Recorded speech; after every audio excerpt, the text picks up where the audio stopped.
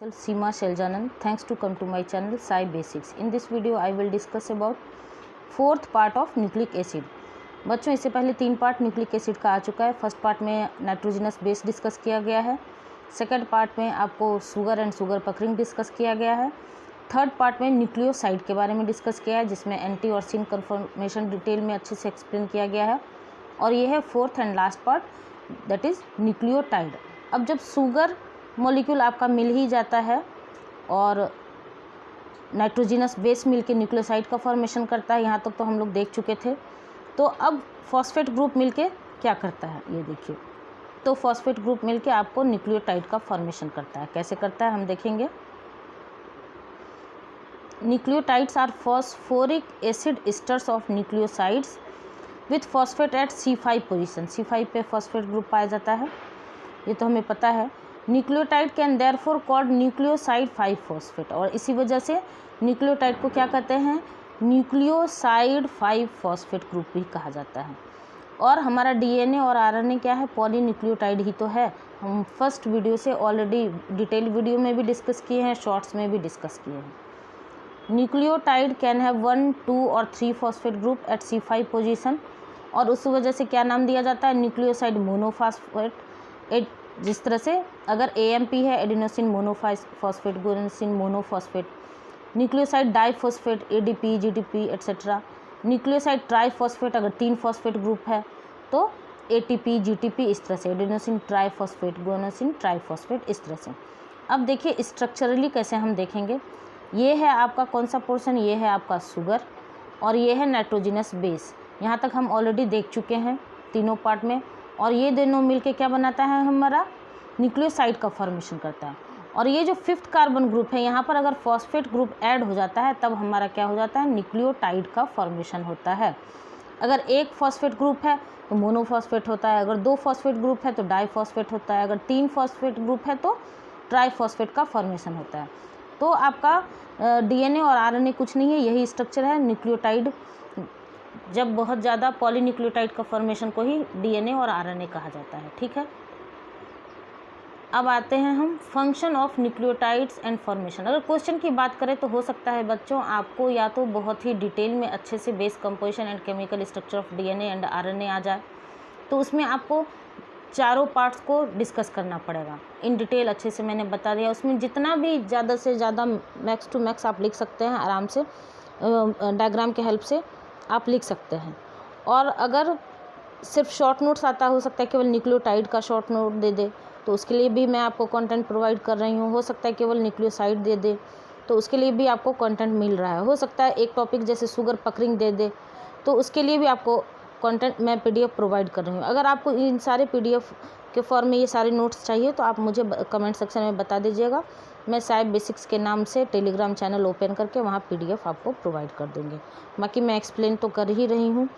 मेरी पूरी कोशिश है कि मैं डायग्रामेटिक फॉर्म में, फ्लो चार्ट फॉर्म में आपको एक्सप्लेन करूं ताकि आपको रटना ना पड़े. अगर आप ध्यान से 2-3 बार सुन लेते हैं, अपने से सेल्फ नोट का प्रिपरेशन करते हैं, तो आराम से आप एग्जामिनेशन हॉल में एक्सप्लेन भी कर पाएंगे और आपका कॉन्सेप्ट भी क्लियर रहेगा. अब देखिए फंक्शन ऑफ न्यूक्लियोटाइड्स हम देखेंगे. Function of nucleotides and formation of polynucleotide. क्या होता है फंक्शन. तो nucleotides are responsible for polynucleotide formation, ये तो हमें पता है, जिन्हें हम क्या कहते हैं, DNA एंड RNA भी कहते हैं.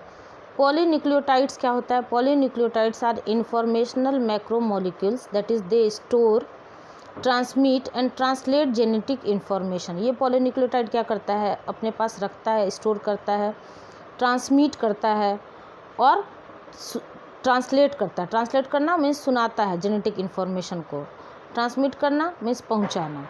सम other functions are also perform by these nucleotides. कुछ अलग फंक्शन भी पाए जाते हैं, जैसे कि act as precursor of several coenzymes. कुछ को एंजाइम्स के लिए ये प्रिकर्सर का काम करते हैं, such as NAD+, NADP+, FAD and coenzyme A.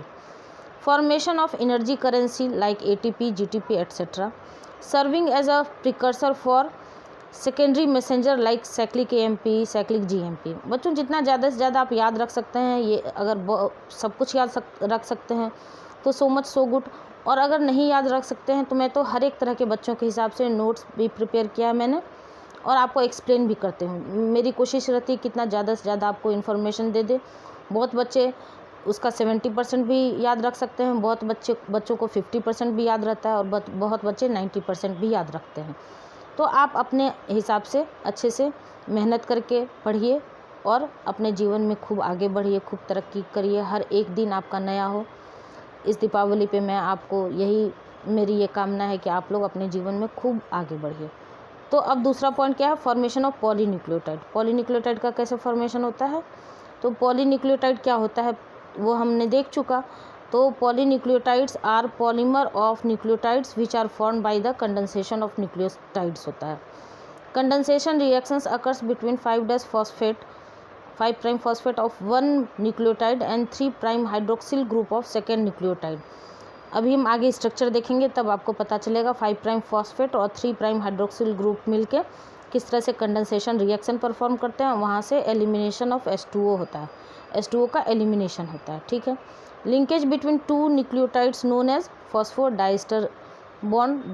दो न्यूक्लियोटाइड के बीच के लिंकेज को क्या कहते हैं, फॉस्फोडाइस्टर बॉन्ड कहते हैं।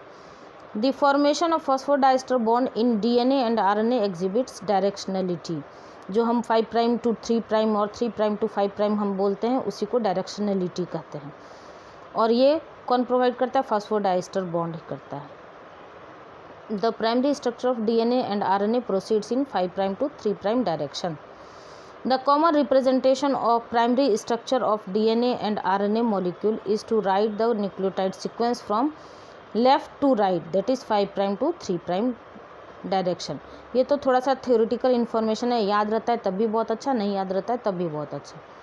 अब आइए देखिए स्ट्रक्चर के फॉर्मेशन में, ये देखिए यही आपका क्या बन रहा है, यहाँ से लेके यहाँ तक ये DNA का एक स्ट्रैंड है। ठीक है, और इस तरह से आपका DNA का फॉर्मेशन हो रहा है।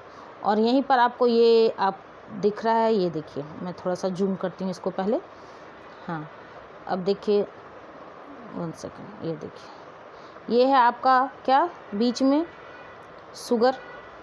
ठीक है, और ये है नाइट्रोजनस बेस और ये है फॉस्फेट ग्रुप। तो ये फर्स्ट न्यूक्लियोटाइड का यहाँ देखिए ये 5' से आपको, इसीलिए 5 to 3 डायरेक्शन हम DNA रेप्लिकेशन या फिर आगे जो पढ़ते हैं 5' to 3' डायरेक्शनलिटी, इसीलिए क्योंकि फर्स्ट जो आपको शुगर है वहाँ के फॉस्फेट से ये न्यूक्लियोटाइड अटैच होते हैं। अब इसका जो ये 3' OH है यहाँ से दूसरा इस तरह से फॉस्फेट ग्रुप, और दूसरे का जो फॉस्फेट ग्रुप है ये देखिए मैं बढ़ रही हूँ आगे, यहाँ देखिए पहले का 3' OH ग्रुप और दूसरे का 5' कार्बन, ये वाला पोर्शन यहाँ देखिए, इस पोर्शन को देखिए ध्यान से, आपको मैं फिर से एक्सप्लेन कर रही हूँ। ये है पहले का 3' OH ग्रुप था यहाँ पर, तो यहाँ से एक H और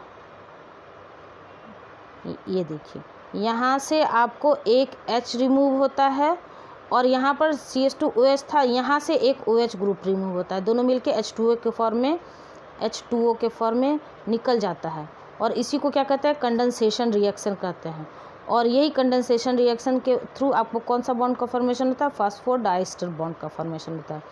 ये है आपको देखिए फर्स्ट न्यूक्लियोटाइड, फिर ये दूसरा और फिर ये तीसरा, इस तरह से आपको सीक्वेंस में अरेंज्ड रहते हैं।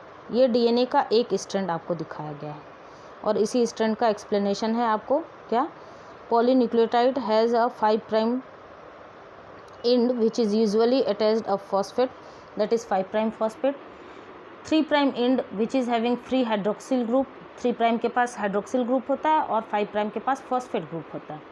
The backbone of these polynucleotides are form by 3' to 5' phosphodiester linkage. और इसी तरह से जो बैकबोन होता है DNA का वो आपको शुगर और फॉस्फेट ग्रुप मिल के बनाता है।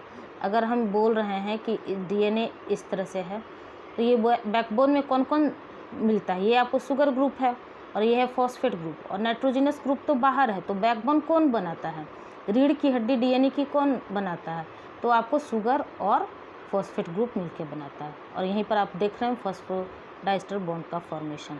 तो इस तरह से आपको न्यूक्लिक एसिड एंड हुआ। यहाँ पे मैंने बहुत ही सिंपल वे में आपको समझाने की कोशिश की है, first, second, third and fourth part में इस तरह से देख रहे हैं। वैसे तो ये 10 पेज का पूरा PDF है और मैंने इसको पार्ट वाइज डिवाइड कर दिया है ताकि आपको समझने में भी सहूलियत हो और याद रखने में भी हेल्प हो।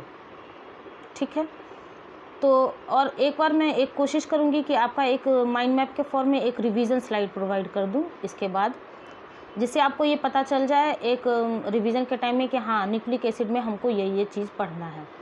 ठीक है, एक आइडिया मिल जाएगा। बाकी डिटेल इन्फॉर्मेशन तो सारे वीडियोज़ में मैंने प्रोवाइड किया ही है। अब मैं 1-1 मिनट का शॉर्ट, ये आपको नाइट्रोजनस बेस और शुगर का ऑलरेडी अपलोड हो चुका है, और ये न्यूक्लियोसाइड का और न्यूक्लियोटाइड का मैं जहाँ पर जो इम्पोर्टेंट इन्फॉर्मेशन होगा उसका मैं 1-1 मिनट का शॉर्ट्स अपलोड कर दूँगी। ठीक है, तो अगर आपको मेरा ये एक्सप्लेनेशन पसंद आता हो तो please like, share and subscribe ज़रूर कर दीजिएगा, और कुछ भी सजेशन देना हो तो कमेंट सेक्शन में ज़रूर बताइएगा। मिलते हैं हमारे नेक्स्ट वीडियो में, तब तक के लिए थैंक यू।